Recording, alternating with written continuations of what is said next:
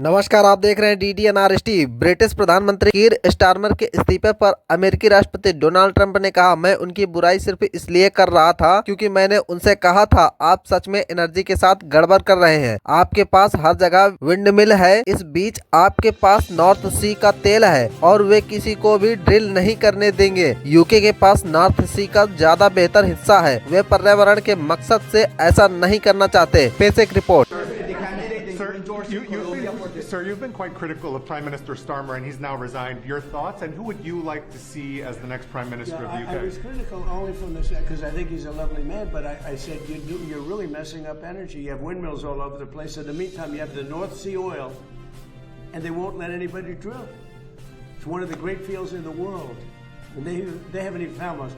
You know that the UK buys much of its energy. You know where? Norway. You know where they get their oil? The North Sea.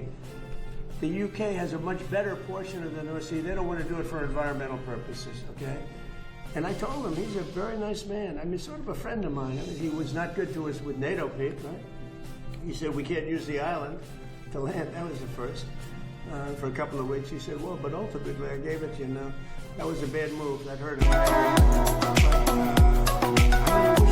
But he's got two problems: energy and immigration and crime.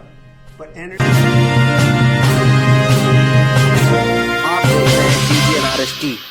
immigration.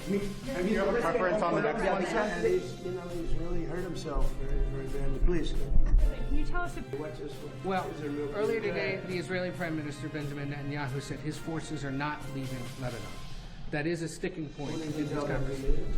He said it publicly in Israel. Well, we're going to take a look at it. Well, what would you do to make sure that he doesn't Well, I'm not going sabotage to the tell you deal? what I'm going to do, but it gets solved. I'm a problem solver. I get problems solved real fast, including with Bibi. Go ahead. Sir, Thank you, Mr. President. Thank you.